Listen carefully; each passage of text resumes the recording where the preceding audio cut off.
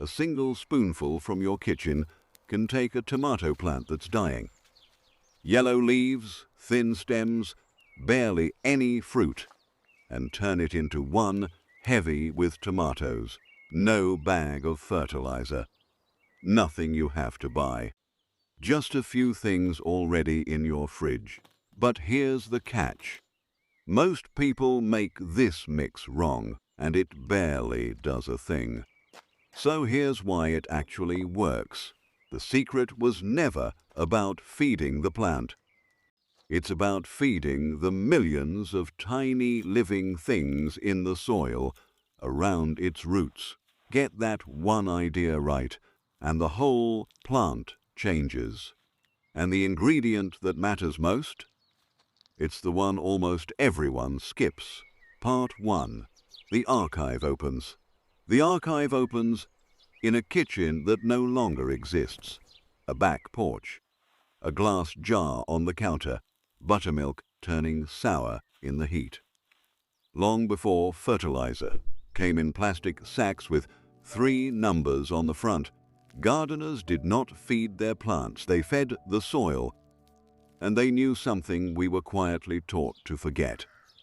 That healthy soil is not dirt, it is alive.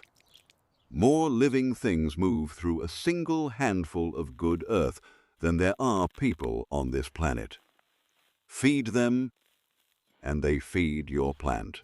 Starve them, and no bag of powder will save it. Part we were taught to forget. What we were taught to forget, we were handed a bag and a promise. Pour in the numbers, nitrogen, phosphorus, potassium, and the plant will grow. And it does, for a while. But a tomato is a heavy feeder. Through the rush of stem growth and the first flush of flowers, this is the stage that decides the entire harvest.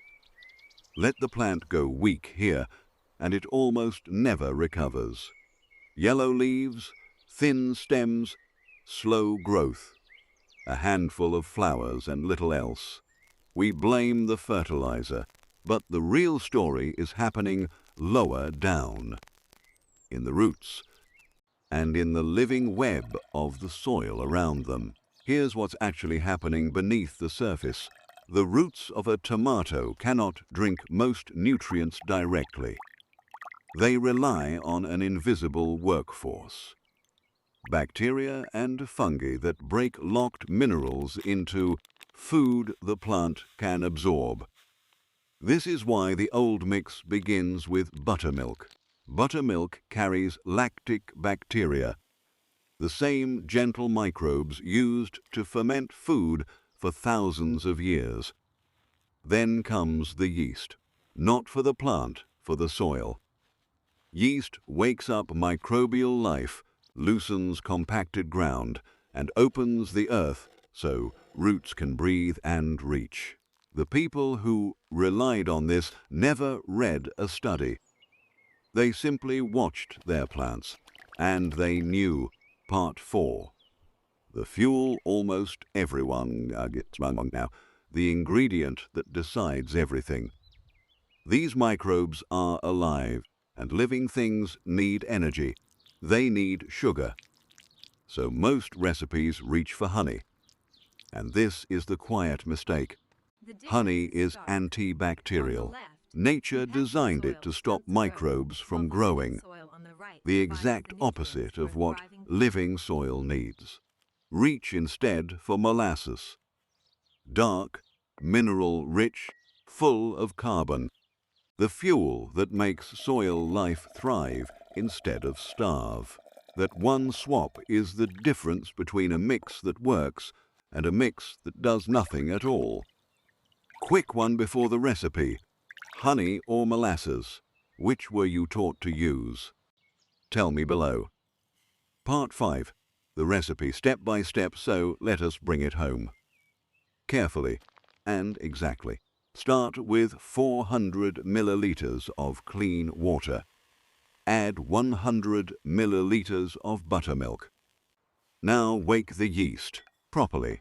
Dissolve 1 teaspoon of dry yeast in a little warm water with a pinch of sugar and wait 10 minutes until it foams. That foam is life. If it does not foam, the yeast is dead. Start again. Stir the activated yeast into the mix. Add half a teaspoon of molasses, the fuel, and half a teaspoon of garlic powder to quietly hold back pests and fungus. Stir it well and let it rest for about 2 hours. That rest is the soil's breakfast being prepared. Then, pour it into a watering can and add 1 full liter of clean, room temperature water. Dilution is not optional. It protects the roots from shock and stops the mix from souring around the stem. And if this is the kind of old kitchen knowledge you came for, subscribing is how you keep the archive open. The mistakes that kill it. This is where it usually goes wrong. Dead yeast, dropped in cold water with no sugar to wake it. Raw honey, shutting down the very microbes you are trying to feed. A mix poured on thick, undiluted, burning the roots and breeding mold instead of life. And the last one, using it on seedlings. Young roots are too tender for this. This mix is for a plant that has already found its feet. Part 7. How to use it.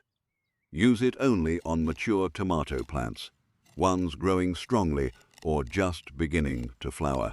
First, pull the weeds around the base and loosen the top of the soil so the roots can take in air. Then, water slowly, straight at the base, never over the leaves.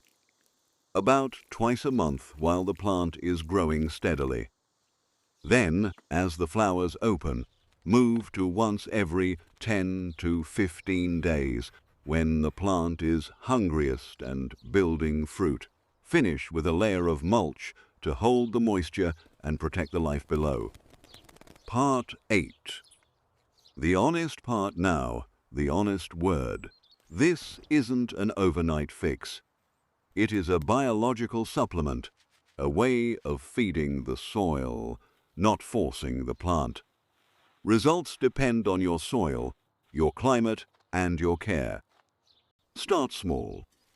Watch how your plants answer. That patience is the oldest gardening science there is. The closing. So, here is the final thought. We were taught to feed the plant. We forgot to feed the ground it stands in, but the knowledge never truly disappeared.